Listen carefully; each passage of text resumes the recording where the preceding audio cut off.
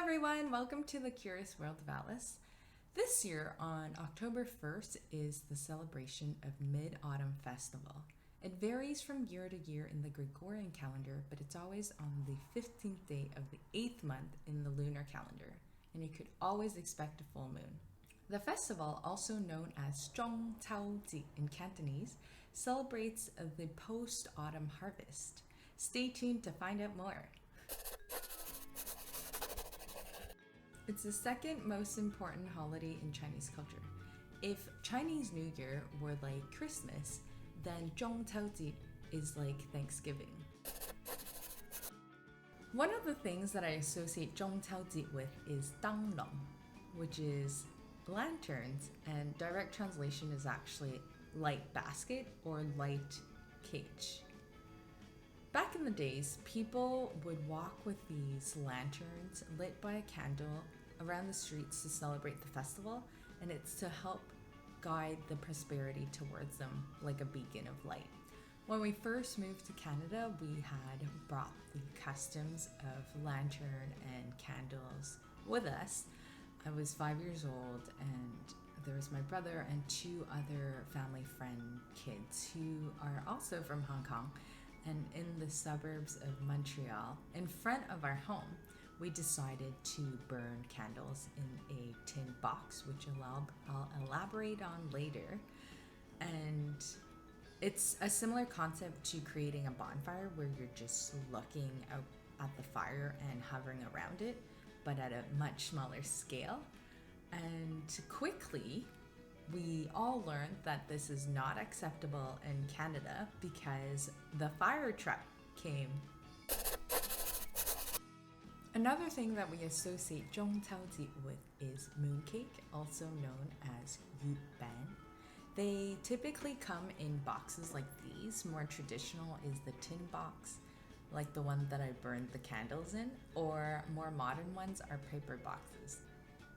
They typically come in a box of 4. Traditionally, we would gift these boxes to family and friends, but because Chinese culture is so embedded in very traditional values where hierarchy matters, so if it's within a family, then typically the older siblings are the ones receiving it, or the parents are the one receiving it. And the cost of a box varies. It could be from 12 Canadian dollars all the way up to almost $100, depending on the brand.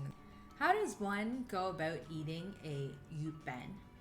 They typically come in shapes of circular or square, and the traditional fillings are either red bean paste or lotus seed paste. They're both sweet, and as an added bonus, which is often more expensive, are salted duck egg yolk in the mooncake. Either you could choose kinds that have 1 or 2. And it's an acquired taste, but most people who grew up with this really want to have the piece of yolk in their piece. Typically, you don't eat your own mooncake all by yourself. There are unofficial games for you to play if acquiring the duck in your piece is very important. So you cut this in 4 or more. I like to eat very small pieces, so I cut them in 8. And if you have to share it with people who do like the egg yolk, then you try to guess where the yolk is located. And some will have more and some will have less.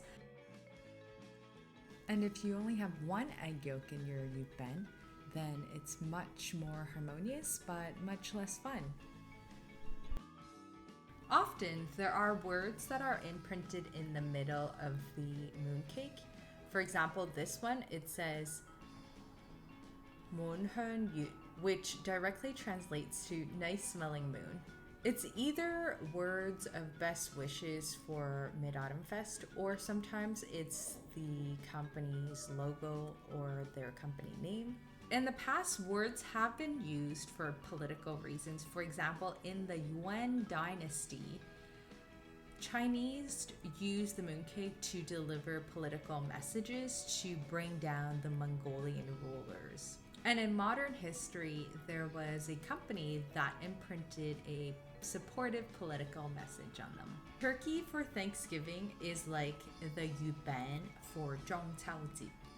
I hope you liked watching this video and learned a lot about this festival, and hope that you get a chance to try one of these yuban. The best part about it is that it's a little bit like Halloween and Easter, where the chocolate goes on sale right after the festival, so it will be perfect timing for you to get some good deals at the grocery stores.